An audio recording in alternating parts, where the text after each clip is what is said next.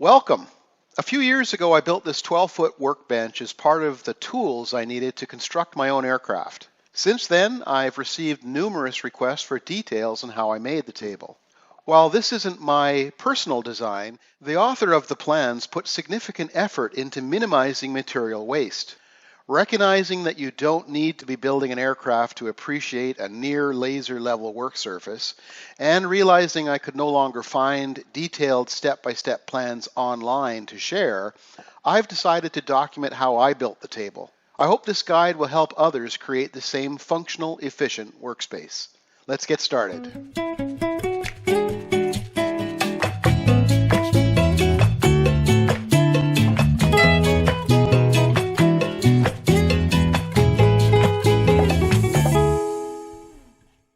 Back in 2006, on the ch601.org website, within the Homemade Tools section, there was a link for a very well-designed 4-foot by 12-foot perfectly flat table.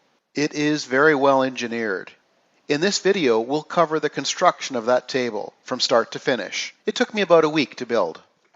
Things were cheaper then. Back in 2006, it cost me $160.51 to make this table. Let's dig into details. We start this project with two 2x4s by 8 feet. We will set those aside for a minute. We need 4 1x2s by 8 feet. We need 11 2x2s by 8 feet. We need 1 sheet of 3/8 inch plywood, lower grade. And we need 2 sheets of 3/4 inch tongue and groove plywood.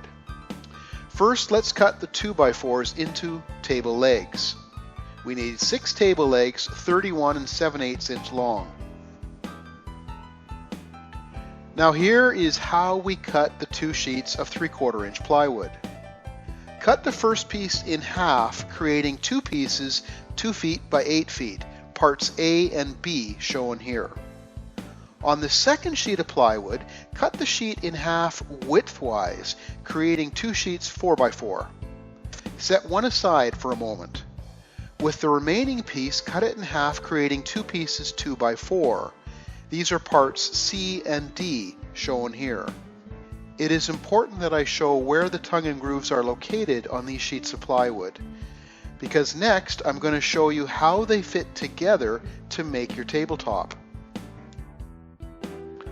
The tongue on B and D will fit into the grooves on C and A. Notice the remaining pieces to the right. We'll deal with that one next. First, cut the overall length down to 42 3/4 inches. Next, cut the plywood into 8 pieces approximately 6 inches wide and 42 3/4 inches long. I say approximately as you need to ensure you take into consideration the thickness of the saw blade. Each piece will be slightly less than 6 inches, which is perfect. The important point is that you get 8 pieces 42 3/4 inches long out of this half sheet of plywood. Now, using 2 of these 8 pieces of 3/4 inch plywood and our 1x2s, we will make 2 I-beams.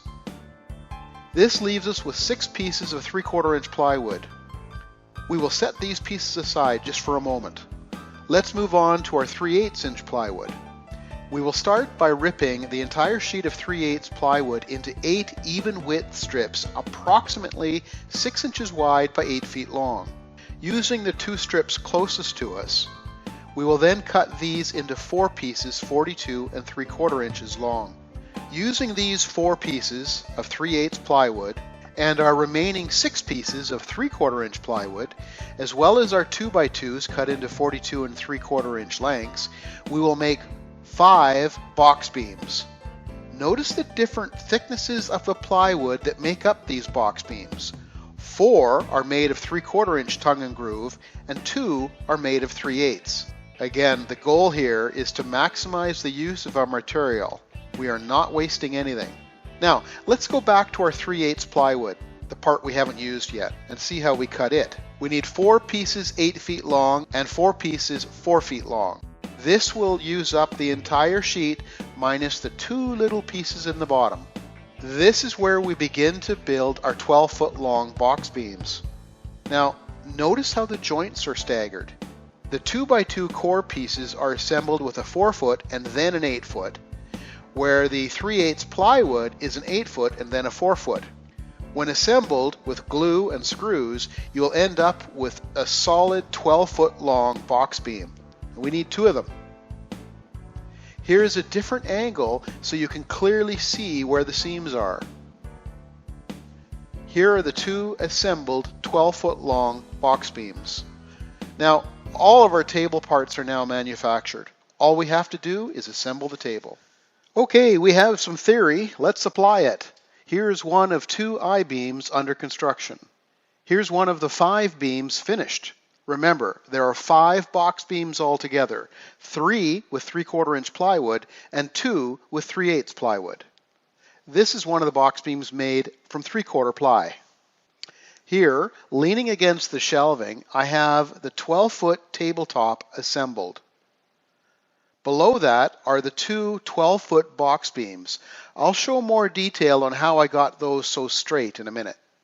And directly above that are the 3 3/4 inch box beams complete. Here I'm loosely assembling parts to see how they fit together. Now, notice the location of the I-beams. They are located at each end. They could actually go anywhere, but by placing the I-beams at the ends of the table, you're creating a perfect clamping area, either for the storage or the use of clamps to hold down work while you're working on it, or to enable a work light to be clamped in place. Now, back to the box beams. I needed this table to be straight, and I mean seriously straight. As initially, this table was built so I could build a wing, an aircraft wing, and it has to be straight. Any twist in the table would be captured in the wing. I ran a string down the entire length and then used 2 drill bits of equal size to gently lift the string off the beam. This worked quite well. It allowed me to visually check the gap between the string and the beam for consistency. One beam was perfect. The second one required further work. The electric planer did a nice job straightening out the beam that needed a little attention. Here is the finished 12-foot box beam. 2 12-foot box beams, 7 I-beams, and box beams cut to exactly 42 3/4 inches, and 6 31 7/8 inch long table legs. I used 2 bolts to attach each leg. Here are the 3 table legs attached to one of the 2 12-foot box beams. On the original plans, the author suggests that instead of using L brackets, save a little money and use metal drywall corner bead. I went to Home Depot and actually couldn't find any.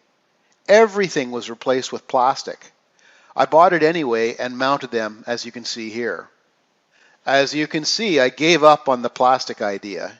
Here's the first cross beam installed with a 2x2 joiner. I glued and screwed the 2x2 to the cross beam and used number 8 3-inch wood screws without glue to attach to the 12-foot beam. This will allow me to take it apart if we need to move it later. The beginning of our table. 6 or 7 days in, I can't remember, we have a finished frame structure. After the table was placed in its final resting area, I used shims to compensate for the unevenness of the concrete slab. For convenience, I placed a 4-plug receptacle close at hand. It's wired directly to the house. One finished table. On to our next project. Hey, thanks for watching.